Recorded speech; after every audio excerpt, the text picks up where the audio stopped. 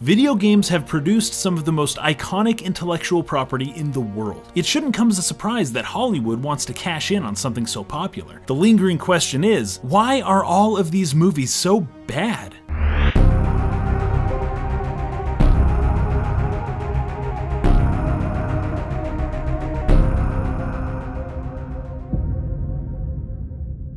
The first movie based on a video game to get a wide release was the Super Mario Bros. Movie. Right out of the gates, with arguably the most recognizable character in video games, the new industry got their limelight on the silver screen. A lot hinged on this first game-to-film adaptation, if you can even call it that. The movie was marketed well. I remember as a kid getting the Yoshi-flavored slushie, which was promoting the movie at 7-Eleven. Yet when I watched the movie, even at such a young age, and a big fan of the Mario games, I was massively disappointed.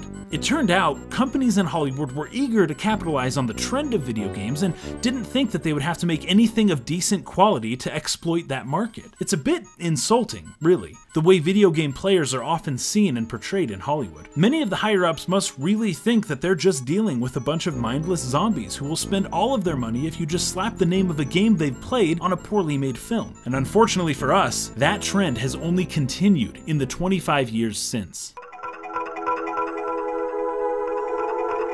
I won't go over every major video game adaptation in this video, as that would take way too long and I haven't seen them all, but I'll just leave this list here for you all to see while I point out a few things. Now, Rotten Tomatoes is not a perfect measure for the quality of a movie. I've enjoyed many movies that have low scores and not been particularly fond of others that had high scores. Even still, it is worth noting that not a single film based on a video game has ever scored above a 50% on that website. They are all rotten.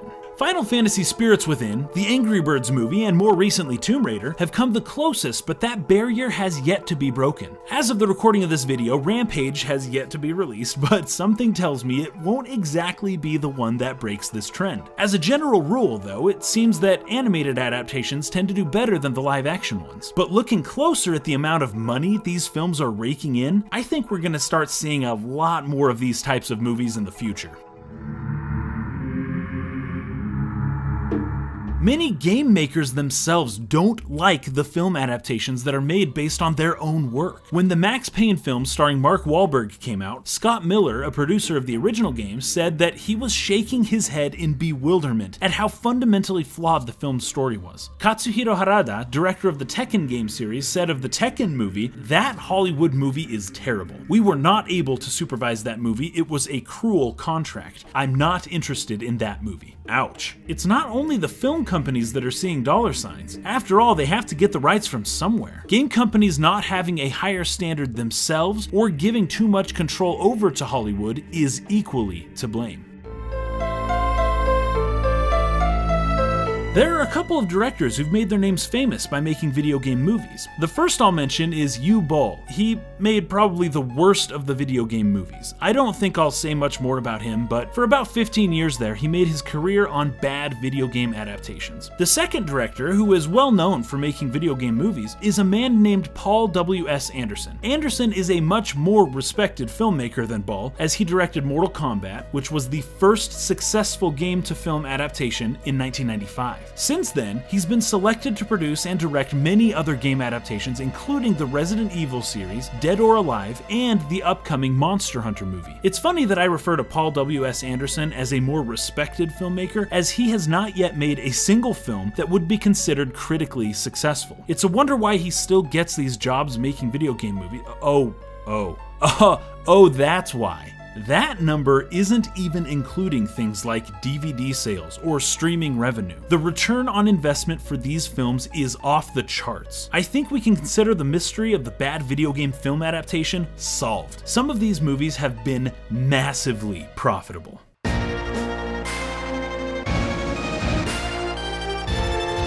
Filmmakers may not have been able to figure out how to produce what gaming audiences want in a movie, but they've certainly figured out how to make what they want: lots of money. A quick look at this chart shows that as more of these films have been made, the box office numbers just keep climbing. Video game films have been on an upward trend at the box office. Even when accounting for inflation, movies based on video games have been steadily taking a larger share of the film market. They've figured something out, though it's not exactly what video game fans wanted them to figure out. They still struggle to make a good film based on a good game, but as long as they're making money, why would they change that?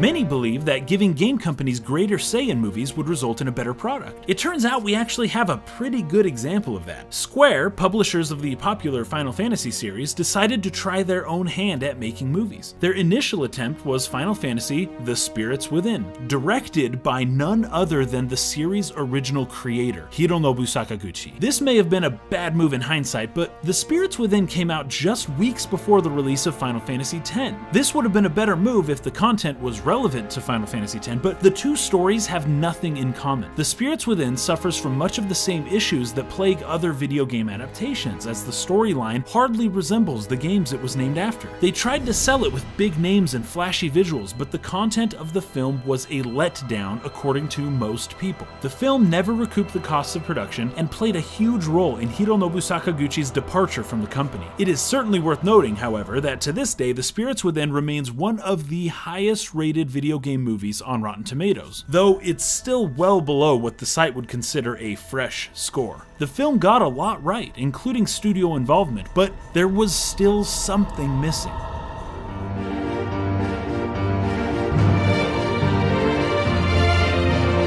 After the failure of Spirits Within, Square Enix, rather than abandon their film producing arm altogether, decided to change their strategy a little bit. They've continued to produce films, but these are now based on existing Final Fantasy properties. Final Fantasy VII Advent Children was released on DVD only and was very well received by fans. It was clear from the film that it was only targeting fans of Final Fantasy, as opposed to trying to reach a new audience. In 2016, their plans reached a point that seemed to work well for their business model. They made a movie based on their upcoming game, Final Fantasy XV. The film had A-list voice acting and high-quality animation. As supplementary material to the game that came after it, Kingsglaive was well received. As a standalone film, however, it was not. But the decision to forego the masses and focus solely on those who would care to play the game was an important one. Too often, these video game-based movies go for broad appeal and end up pleasing neither those who loved the games nor those who just wanted to watch a good movie.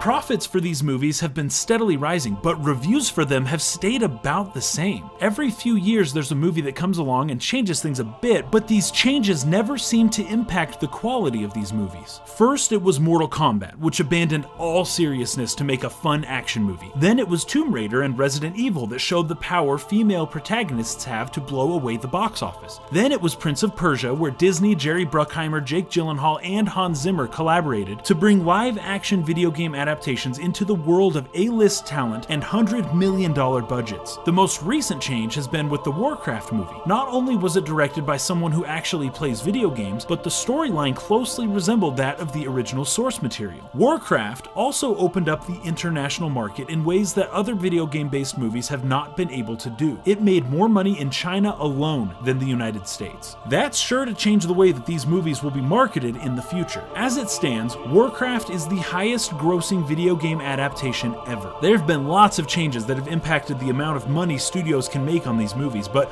unfortunately not a lot of changes that have affected the quality of the adaptations aside from flashy visual effects and higher paid actors. The money, though, more recently, has started to flow in pretty heavily.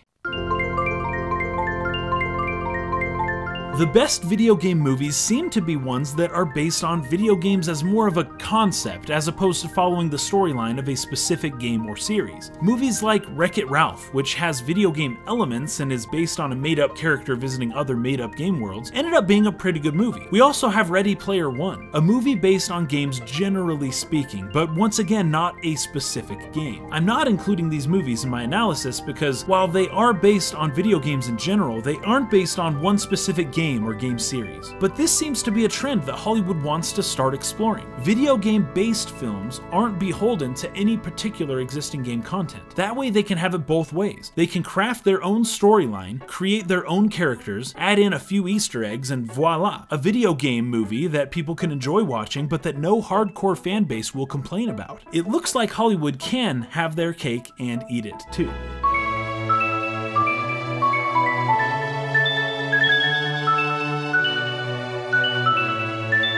Video game films have by and large been a massive disappointment, but for me, the possibility is still out there. Sure, Wreck-It Ralph was a fun movie, but I think that we're missing the potential of what video games have to offer at the cinema. It's been a long and difficult process, but I believe that a film based on a game can be done right. I still believe that one day, someone will come along with the knowledge, practice, and of course, the money to make something amazing based on an existing IP that will be commercially successful, critically successful, appeal to the existing fan base, and even forge a new one. Just like book adaptations, it can be done. It's only a matter of time.